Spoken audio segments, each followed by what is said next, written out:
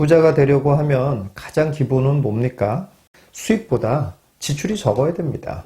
너무 기본적인 거죠. 당연히 수입보다 지출이 적으면 그 남은 돈을 모아서 투자로 활용을 하게 되는 거잖아요. 그렇기 때문에 수입보다는 지출이 적도록 만드는 습관을 들이는 게 일단 우선이죠.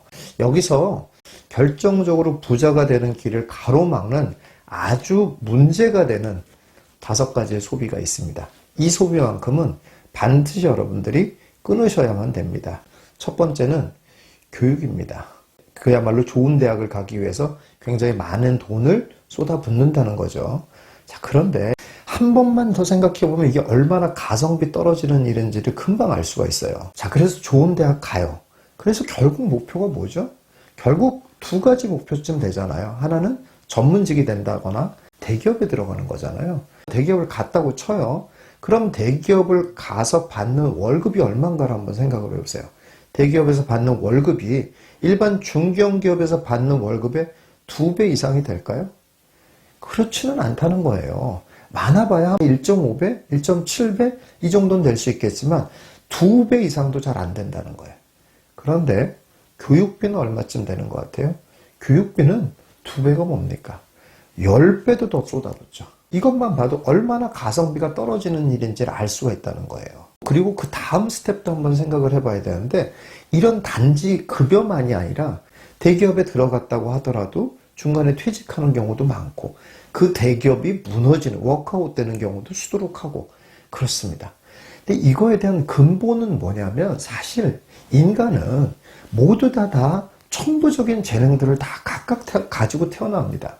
그렇기 때문에 사실 공부도 하나의 소질이라고 보거든요. 그냥 공부의 소질이 있는 사람이 있는 거예요. 그런데 이 인간의 수많은 소질 중에 그거 하나만이 중요하다고 보기는 너무 어렵다는 얘기죠. 아니, 당장 우리가 살아가는 세상을 한번 보세요. 봐도 정말 서비스에 특화된 소질을 갖고 있는 사람, 숫자에 특화되어 있는 사람들, 지금 또 이런 유튜브 세상이 또 열렸잖아요. 이런 유튜브 세상도 이게 공부해가지고 되는 일이 아니잖아요. 이런 감각들, 이런 것들이 어마어마하게 많은 인간의 어떤 천부적인 재능에 해당되는 거거든요. 그렇기 때문에 본인의 천부적인 재능이 뭘까라는 걸 계속 테스트하고 발견하려고 노력하는 일을 해야 되는 거예요. 그게 사실은 교육이에요. 그런데 이런 교육 제도에만 갇혀서 공부하는 소질만을 내가 개발하려고 한다는 것은 너무, 이게 오히려 리스크가 너무 큰 행위라는 거예요. 그 공부의 소질이 없으면 어떡할 거예요? 그렇습니다. 그리고 본인이 무슨 소질이 있을지 몰라요. 그렇기 때문에 공부하는 거에만 많은 돈을 쏟아붓는다는 거는 사실 생각해보면 너무 미련할 뿐만 아니라 너무 위험한 일이에요, 사실은.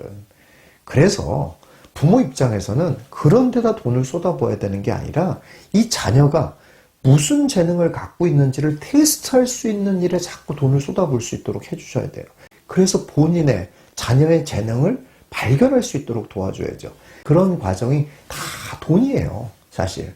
그러니까 그런데 돈을 다 써야 된단 말이에요.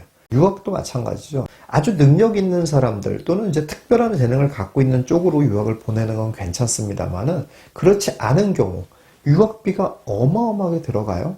그리고서 결국 할 수 있는 게 뭐냐면 그냥 외국 직장 다니는 거예요, 그냥. 근데 외국 직장 다니는 거를 하게 만들기 위해서 어마어마한, 보통 한국에서 할 수 있는 교육의 10배가 넘는 돈을 들여가면서 할 필요가 있겠냐는 거예요. 그리고 또 그게 한 번 끝나는 게 아니라 계속 대학 졸업할 때까지 계속 서포트를 해줘야 되는 일이라는 거예요. 그런 상황에서 돈을 모아서 투자할 수 있는 이런 여력을 만들 수 있을까요? 2번째는 고급차입니다. 차가 이게 재산을 갉아먹는 거라는 건 너무나 잘 알고 있잖아요. 제가 한번 제 친구 중에 아주 유명한 외제차 딜러가 있어가지고 그 친구한테 한번 물어봤어요. 야, 벤츠 중에서 가장 가성비 좋은 차는 뭐야? 이렇게 한번 제가 물어봤어요. 그랬더니 저희 친구가 한 대답이 뭐라고 한 줄 아십니까? 벤츠에서 가성비 좋은 차라는 건 존재하지 않아. 입니다. 예. 가성비 좋은 차라는 건 기본적으로 무조건 싼 차가 가장 가성비가 좋다라는 거예요. 국산차 가장 싼 거, 이게 가장 가성비가 좋다는 거예요. 예를 들어 1,000만 원 이하짜리 차를 갖다가 10년 동안 타고 다니다가 팔잖아요. 그래도 600만 원 정도 받는다는 거예요. 그런데 벤츠 같은 1억짜리를 타고 2년만 타고 다녀도 값이 어떻게 되냐면 5천만 원이 됩니다. 그렇기 때문에 가성비가 너무 떨어진다는 거예요. 고급차일수록 가성비는 매우 떨어진다는 겁니다.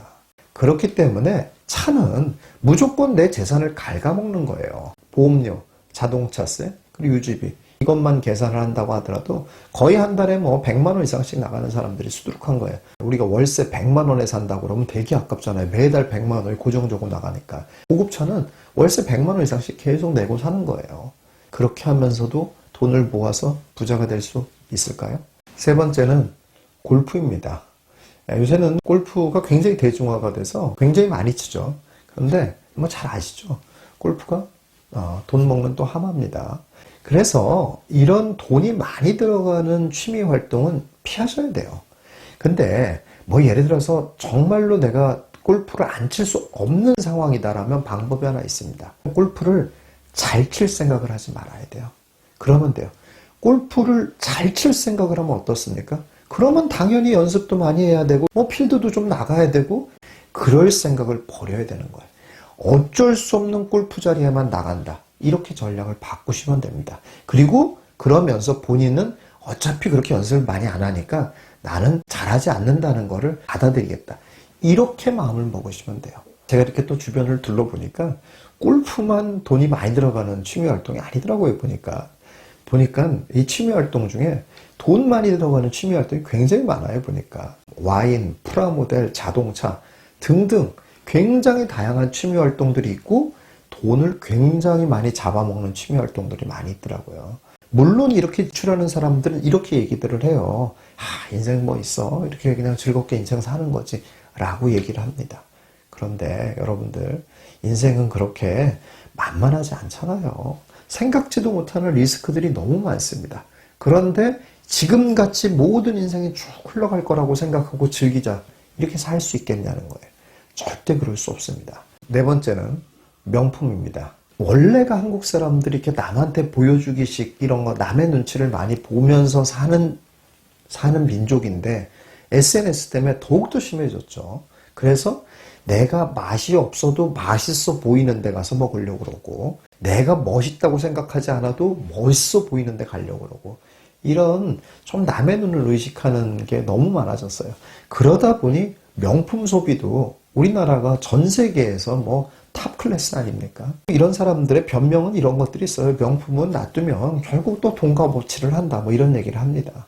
그런데 그 돈값어치를 하는 명품 몇 개나 될 것이며 사고팔고 하는 거에 수수료 떼고 이렇게 되면 돈값어치가 아니라 그냥 손해는 안 보는 정도는 될 수는 있겠죠. 그리고 그것도 아주 제한적인 품목들에 해당되는 거죠. 나머지는 어떻습니까? 나머지는 그냥 다 당연히 소비예요. 게다가 또 더 나쁜 건 뭡니까? 구색을 갖춰야 된다는 문제가 발생해요. 명품백을 사도 이게 명품답게 보여주려면 위에서부터 아래까지 구색을 맞춰야 돼요. 명품백 가지고 다니면서 무슨 경차 타고 다니면서 내린다. 이러면 어떻습니까? 그럼 저건 그냥 100% 짝퉁이구나. 이렇게 본단 말이에요. 그러니까 차도 고급차로 바꿔야죠. 계속 소비가 늘어날 수밖에 없다는 겁니다. 마지막 다섯 번째는 음주입니다. 미혼 남자들의 경우에는 아주 쥐약이죠. 완전히. 그래서 거의 술값에 거의 대부분의 돈을 다 지출하는 경우가 굉장히 많이 있습니다. 그래서 과도한 음주는 무조건 피하셔야 되는데 이거를 그냥 내가 의지만 가지고 피할 수가 없어요. 어떻게 해야 될 것 같아요? 이거는 그렇게 술을 먹는 사람들과 단절을 해야 됩니다. 그렇게 술을 안 먹는 사람들을 사귀어야 돼요. 그래야지만이 본인이 안 그래져요. 생각을 한번 해보세요. 우리 모이면은 막 2차, 3차 가고 막 유흥비로 막 돈을 쓰는 그런 사람들과 만나면서 나는 이제부터 술을 그렇게 과하게 안 먹을 거야. 될 것 같습니까? 안 됩니다. 그래서 기본적으로 그런 인간관계를 끊어야 돼요. 그리고 새로운 인간관계를 만드셔야 됩니다.